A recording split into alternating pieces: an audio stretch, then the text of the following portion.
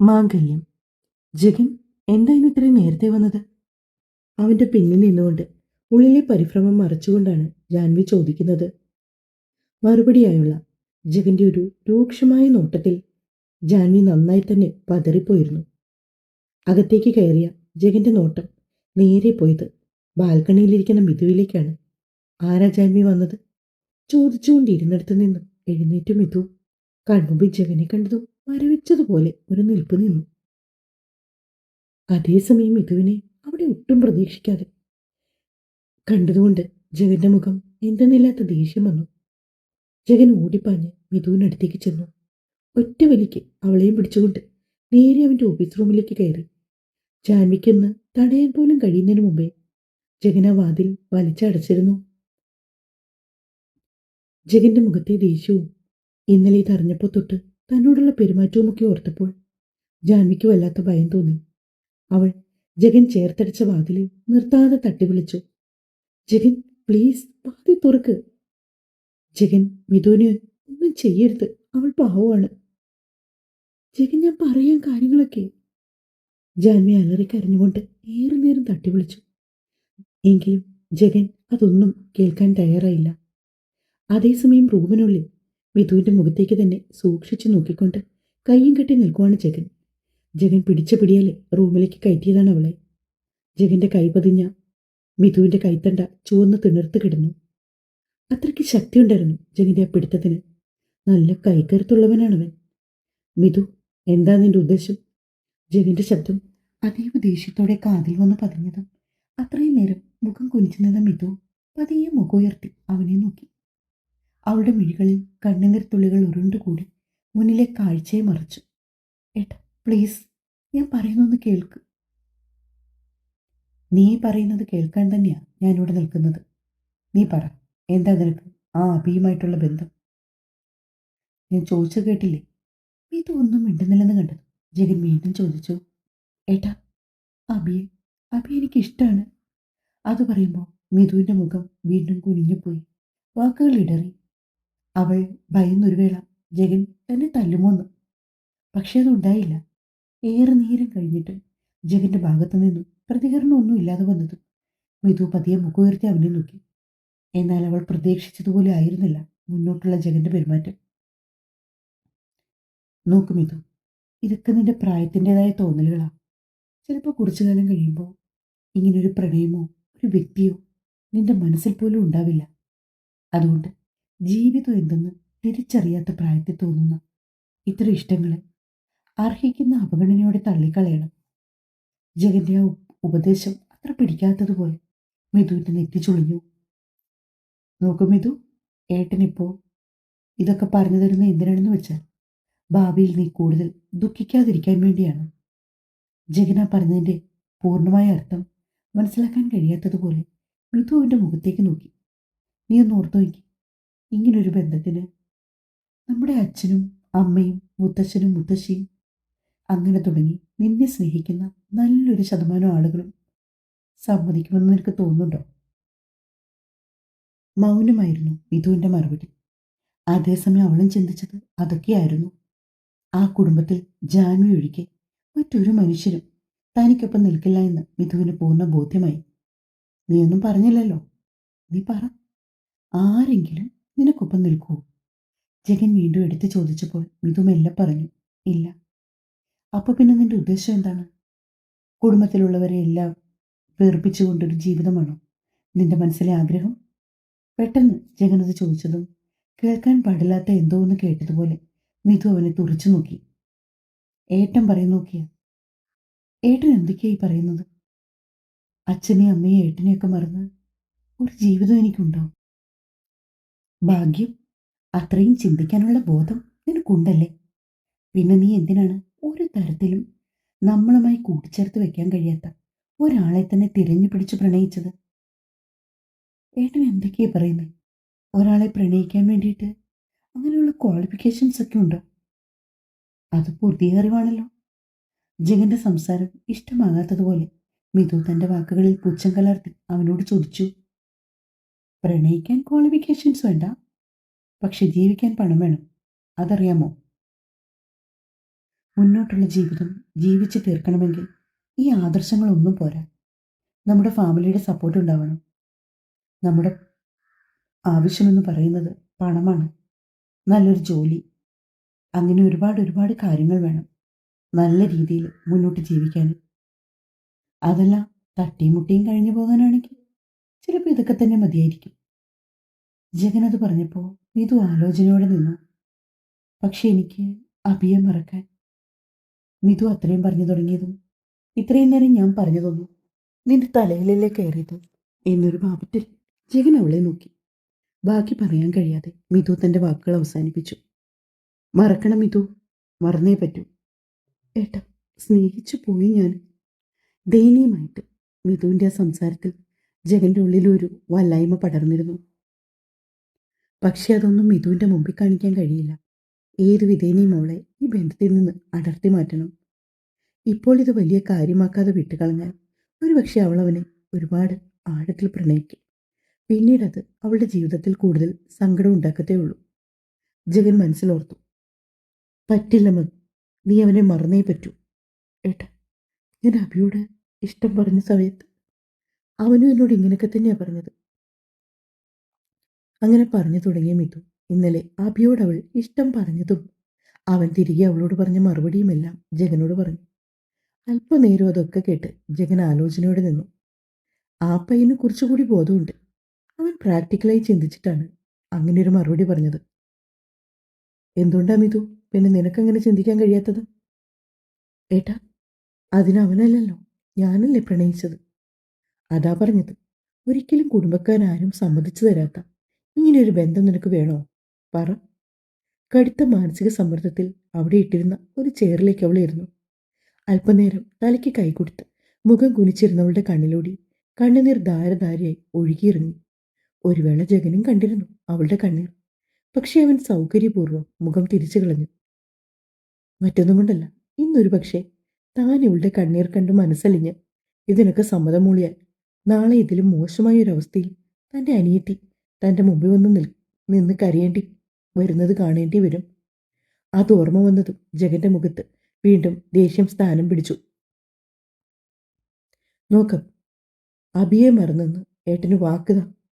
മിതുവിന് നേർക്ക് തൻ്റെ കൈപ്പത്തി മലർത്തിപ്പിടിച്ച് നിൽക്കുന്ന ജഗനെ മിതു കണ്ണിമ ചിമ്മാതെ നോക്കി. അവളുടെ മിഴികൾ അപ്പോഴും നിറഞ്ഞൊഴുകുകയായിരുന്നു. ജഗനൊരു മൂളലോടെ അവൻ്റെ കൈപ്പത്തിയിലേക്ക് നോട്ടം പായിച്ചതും മിതു പതിയെ അവളുടെ വലങ്കൈ ഉയർത്തി ജഗന്റെ കൈവെള്ളയിലേക്ക് അമർത്തി വെച്ചു. ഒരിക്കലും ഏട്ടൻ്റെയോ അമ്മയുടെയോ അച്ഛൻ്റെയോ ആരുടെയും മനസ്സ് വിഷമിപ്പിച്ച് ഞാനൊരാളെ ജീവിതത്തിലേക്ക് കൂടെ കൂട്ടില്ല. നിങ്ങളെല്ലാവരും പൂർണ്ണമായി അംഗീകരിക്കുന്ന ഒരാളെ മാത്രമേ മിതു വിവാഹം കഴിക്കൂ. ആരുടെയും മനസ്സ് ഞാൻ കാരണം വിഷമിക്കില്ല. അവളുടെ വാക്കുകൾ വല്ലാതെ പതിഞ്ഞുപോയി. ശബ്ദമിടറി. അത്രയും പറഞ്ഞ് ഒപ്പിച്ച ശേഷം മിതു പൊട്ടിക്കരഞ്ഞു. ജഗൻ അപ്പോൾ തന്നെ മുറിയിൽ നിന്ന് ഇറങ്ങിപ്പോയി. വാതിൽ വലിച്ചു തുറന്ന് മുറിയിൽ നിന്ന് ഇറങ്ങിപ്പോകുന്നവനെ ഒരു പകപ്പോടെ ജാൻവി നോക്കി നിന്നു. പിന്നെ പെട്ടെന്നെന്തോ ഓർത്തതുപോലെ മുറിയിലിരിക്കുന്ന മിതുവിനടുത്തേക്ക് ചെന്നു. മിതു ആർത്താർത്ത് കരയുകയാണ്. ജാൻവി വല്ലാത്തൊരു മാനസികാവസ്ഥയിലായിപ്പോയി. അവൾ മിതുവിനെ ചേർത്ത് പിടിച്ചു. എന്തു പറ്റി മിതു? എന്താ? എന്തിനാ നീ ഇങ്ങനെ കരയുന്നത്? ജഗൻ നിന്നെ ഉപദ്രവിച്ചോ? മിതുവിന്റെ മുഖം പിടിച്ചുയർത്തി അവളുടെ കവിളിലേക്കും കൈയിലേക്കും ഒക്കെ നോക്കി ജാൻവി. ഏട്ടൻ എന്നോട് അഭിയെ മറക്കാൻ പറഞ്ഞു. ഏങ്ങലടിച്ച് അത്രയും പറഞ്ഞുകൊണ്ട് കസേരയിലിരുന്ന മിതു തൊട്ടരികെ നിന്നിരുന്ന ജാനിയുടെ വയറിലേക്ക് മുഖം പൂഴ്ത്തിക്കരഞ്ഞു. ഞാൻ ഞാൻ സമ്മതിച്ചു. അത് പറയുമ്പോൾ മിതുവിന് വല്ലാതെ കിതയ്ക്കുന്നുണ്ടായിരുന്നു. ജാൻവിയുടെ കണ്ണുകളും നിറഞ്ഞൊഴുകി. ഇനി എന്ത് ചെയ്യണമെന്നറിയാതെ ജാൻവി മെല്ലെ മിതുവിന്റെ തലയിൽ തലോടിക്കൊണ്ടിരുന്നു. കുറച്ചു നേരം അവരിരുവത് അതേ രീതിയിൽ തന്നെ നിന്നു. പിന്നെ പതിയെ ജാൻവി തന്നിൽ നിന്ന് മിതുവിനെ അടർത്തി മാറ്റി. മിതുവിന്റെ കണ്ണീരും വീണ് ജാൻവി ഇട്ടിരുന്ന ടീഷർട്ടിന്റെ വയറിന്റെ ഭാഗം മുഴുവൻ നനഞ്ഞു കുതിർന്നു. പോട്ടെ, അല്ലെങ്കിലും ഇതിങ്ങനെയൊക്കെ ആകുമെന്ന് ഞാൻ ഊഹിച്ചിരുന്നു മിതു. ഒന്നുമില്ലേലും നമ്മൾ മറ്റുള്ളവരെ കൂടി ചിന്തിക്കണ്ടേ? ജാൻവി മിതുവിനോട് പറഞ്ഞു. അതെല്ലാം അവൾ മൂളിക്കിട്ടു. നോക്ക്, വെറുതെ കരഞ്ഞ് മനസ്സ് വിഷമിക്കരുത്. നാളെ നിനക്ക് വീട്ടിലേക്ക് പോകാനുള്ളതല്ലേ, അതുകൊണ്ട് സന്തോഷമായിട്ടിരിക്കും. ജാൻവി മിതുവിനെ ചേർത്ത് പിടിച്ച് ലിവിംഗ് റൂമിലേക്ക് കൊണ്ടുവന്നിരുത്തിയപ്പോഴാണ് ജഗൻ ഫ്രഷായിട്ട് മുറിയിൽ നിന്ന് പുറത്തേക്ക് ഇറങ്ങി വന്നത്. അവൻ അവർ രണ്ടുപേരെയും നോക്കിക്കൊണ്ട് നേരെ കിച്ചണിലേക്ക് പോയി. ഒരു ട്രേയിൽ 3 കപ്പ് കോഫി ഉണ്ടാക്കി അതുമായി ഹോളിലേക്ക് വന്നു. മിഥുനും ജാനിക്കും നേർക്ക് നീട്ടി. കോഫി കപ്പ് കയ്യിലേക്ക് എടുക്കുമ്പോൾ ജാൻവി പാളി ജഗന്റെ മുഖത്തേക്കൊന്ന് നോക്കിയെങ്കിലും അവൻ അവളുടെ നോട്ടം ശ്രദ്ധിക്കാത്ത രീതിയിൽ മുഖം തിരിച്ചു കളഞ്ഞു. ജഗന്റെ ഭാഗത്തു നിന്നുള്ള അവഗണന ജാനിയെ വല്ലാതെ വേദനിപ്പിച്ചു. മിഥുവിന്റെ നോട്ടം ഇടയ്ക്കിടയ്ക്ക് പാളി ജഗനിലേക്ക് വീഴുന്നുണ്ടായിരുന്നു. ഏട്ടൻ ഇനി എന്തെങ്കിലും അറിയുമോ എന്ന് അറിയുവാൻ വേണ്ടിയാണ് അവൾ അവനെ തന്നെ നോക്കിക്കൊണ്ടിരുന്നത്. മിഥു, നീ ഇന്നിവിടെ സ്റ്റേ ചെയ്യുന്നു? എല്ലാവരും മൗനമായിരുന്ന സമയം ജഗൻ ചോദിച്ചു. ഇല്ലേട്ടാ, എനിക്ക് ഹോസ്റ്റലിലേക്ക് പോകണം. നാളെ ഞാൻ ഹോസ്റ്റൽ വെക്കേറ്റ് ചെയ്ത് വീട്ടിലേക്ക് പോവാണ്. ആണോ? എങ്കിൽ പിന്നെ വേഗം കോഫി കുടിച്ചിട്ട് ഇറങ്ങാൻ നോക്ക്. ഇപ്പൊ തന്നെ സമയം 7 മണിയോടടുത്തു. നിനക്ക് കറക്റ്റ് സമയത്ത് ഹോസ്റ്റലിൽ കയറണ്ടേ? ജഗൻ പറഞ്ഞതു ഇതു തലയാട്ടിക്കൊണ്ട് കോഫി കുടിച്ച് തീർത്തു. ശേഷം ജാൻവിയും ജഗനെയും ഒന്ന് നോക്കിയ ശേഷം പുറത്തേക്ക് നടന്നു. തകർന്നുള്ള മിഥുവിന്റെ ആ പോക്ക് ജാൻവിയിലും വല്ലാത്തൊരു നീറ്റൽ പടർത്തി. അവൾ അതീവ ദേഷ്യത്തോടെ ഡോറ് വലിച്ചടച്ചുകൊണ്ട് ജഗന്റെ അടുത്തേക്ക് ചെന്നു. എന്തിനായിരുന്നു ജഗൻ ആ പാവത്തിനോട് ഇത്ര ക്രൂരത? ഒരാളെ പ്രണയിക്കുന്നത് അത്ര വലിയ തെറ്റാണോ? ജാൻവി ശബ്ദമുയർത്തി ചോദിച്ചതും ജഗൻ അവന്റെ ചുണ്ടിന് മുകളിൽ ചൂണ്ടുവിരൽ വെച്ച് മിണ്ടരുതെന്ന് അവളോട് ആംഗ്യം കാണിച്ചു. ആ പോയതിന്റെ അനിയത്തിയാണ്. അവളുടെ ജീവിതം നോക്കാൻ എനിക്കറിയാം. തൽക്കാലം നിന്റെ സഹായം എനിക്ക് ആവശ്യമില്ല. എന്തായാലും നീ സഹായിച്ച് അവളുടെ ജീവിതം ഈ രീതിയിൽ കൊണ്ടെത്തിച്ചല്ലോ. ജഗനത് പറഞ്ഞതും ജാൻവിക്കും നല്ല രീതിയിൽ ദേഷ്യം വന്നു. ജഗൻ എന്തൊക്കെയാ പറയുന്നത്? ഞാൻ എന്ത് ചെയ്താണ് നിർബന്ധിച്ചത്? മിഥുവിനെ അഭിയും തമ്മിൽ ഇഷ്ടപ്പെടുത്തിയതാണോ? ഇഷ്ടമൊക്കെ ഒരാളുടെ മനസ്സിൽ തോന്നുകയാണ്. പിന്നെ നമുക്ക് ഇഷ്ടപ്പെട്ടവരെ അത്ര പെട്ടെന്ന് മറന്നു കളയാനൊന്നും ആർക്കും പറ്റില്ല. ചിലപ്പോ ഇഷ്ടം നടിച്ചവർക്ക് പറ്റുമായിരിക്കും. അവളാ പറഞ്ഞത് ജഗനെ കൃത്യമായി കൊണ്ടു. അവൻ അവളുടെ മുഖത്തേക്ക് നോക്കിയതും ജാൻവി നോട്ടം മറ്റെങ്ങോട്ടേക്കോ മാറ്റിക്കളഞ്ഞു. സത്യം പറഞ്ഞാൽ മിഥുവിന്റെ അവസ്ഥയോർത്ത് ജാനിയുടെ വായിൽ നിന്നും അറിയാതെ വീണുപോയ വാക്കുകളാണ് അതൊക്കെ. അല്ലാതെ ജഗന്റെ കണ്ണിൽ നിന്ന് നോക്കി ഇത്രയൊന്നും പറയാനുള്ള ധൈര്യം അവൾക്കില്ല. ജാൻവി, ഈ സംസാരം നമുക്ക് ഇവിടെ വെച്ച് നിർത്താം. ഞാൻ ഓൾറെഡി അതിനൊരു കൺക്ലൂഷൻ കണ്ടുപിടിച്ചു കഴിഞ്ഞു. മിഥു അത് എഗ്രി ചെയ്യുകയും ചെയ്തതാണ്.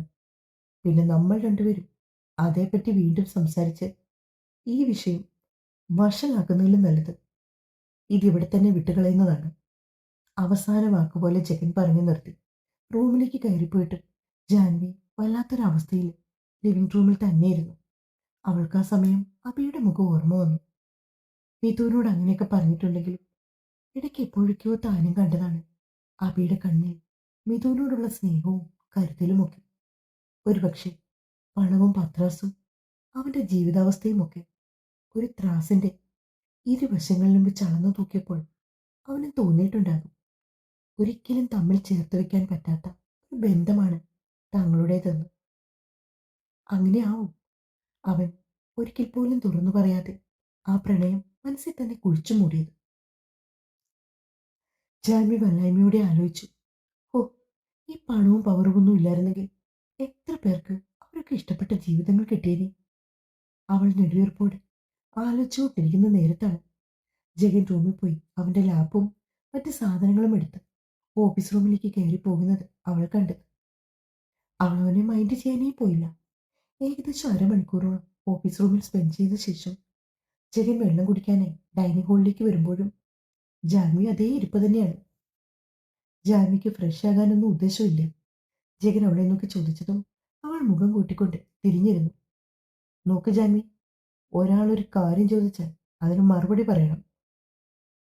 ജഗൻ വലിയ കാര്യം പോലെ പറഞ്ഞപ്പോൾ ജാൻവി അവന്റെ മുഖത്തേക്ക് രൂക്ഷമായി നോക്കി. ഇന്നലെ മുഴുവനും ഞാനൊരു കാര്യം പറയാൻ വേണ്ടി ജഗന്റെ പിന്നാലെ നടന്നല്ലോ. അന്നേരം ഈ തത്വമൊന്നും പറഞ്ഞു കേട്ടില്ല. ഞാനൊട്ട് ഓർക്കൊന്നുമില്ല. ഈ വീട്ടിൽ ജഗൻ ഒരു റൂള്, എനിക്ക് വേറൊരു റൂള്. എന്തിനാണ് ഇങ്ങനെയൊരു ലൈഫ്? ഇത്ര ബുദ്ധിമുട്ടി എനിക്ക് നിങ്ങൾക്കൊപ്പം നിൽക്കണമെന്നില്ല. ഞാൻ വല്ല ഹോസ്റ്റലിലേക്ക് മാറിക്കോളാം. ജാൻവിയുടെ ഉള്ളിലെ പരിഭവവും ദേഷ്യവുമൊക്കെ അങ്ങനെ ചില വാക്കുകളായിട്ടാണ് പുറത്തേക്ക് വന്നത്. വെള്ളം കുടിച്ചുകൊണ്ടിരുന്ന ജഗൻ കാറ്റ് പോലെ പാഞ്ഞ് ജാൻവിയുടെ അടുത്തേക്ക് വന്നിരുന്നു. "അങ്ങനെ നീ പോവോടി?" ജഗൻ ചോദിച്ചപ്പോൾ ജാൻവി മുഖം കുനിച്ചിരുന്നു കളഞ്ഞു. അവൻ പതിയെ ചൂണ്ടുവിരൽ വെച്ച് അവളുടെ മുഖം ഉയർത്തി. ശേഷം അവളുടെ കണ്ണിലേക്ക് തന്നെ സൂക്ഷിച്ചു നോക്കി.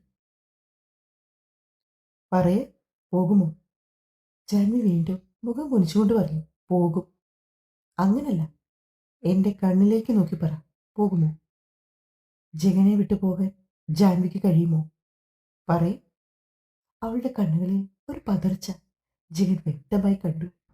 അറിയാതെ അവന്റെ ചുണ്ടിൽ ഒരു പുഞ്ചിരി വിടർന്നു. പിന്നെ മറ്റൊന്നും ചിന്തിക്കാതെ സോഫയിൽ ഇരുന്നവളെ കയ്യിൽ കോരിയെടുത്തുകൊണ്ട് ജഗൻ റൂമിനുള്ളിലേക്ക് നടന്നു. കൈകൊണ്ടിടിച്ചും അവന്റെ താടി പിടിച്ച് വലിച്ചും പിച്ചിയും മാന്തിയും ഒക്കെ തന്റെ പ്രതിഷേധം അറിയിക്കാൻ ജാൻവി ശ്രമിക്കുന്നുണ്ടെങ്കിൽ പോലും അതൊക്കെ അവനൊരു തലോടൽ പോലെയാണ് തോന്നിയത്. മുറിയിലേക്ക് കൊണ്ടുവന്ന ജാൻവിയുമായി അവൻ നേരെ ബാത്റൂമിനുള്ളിലേക്ക് കയറി ഷവർ ഓൺ ചെയ്തു. വെള്ളം അവരിരുവരെയും ചുംബിച്ചുകൊണ്ട് പതിയെ താഴേക്ക് പതിച്ചു. തുടരും.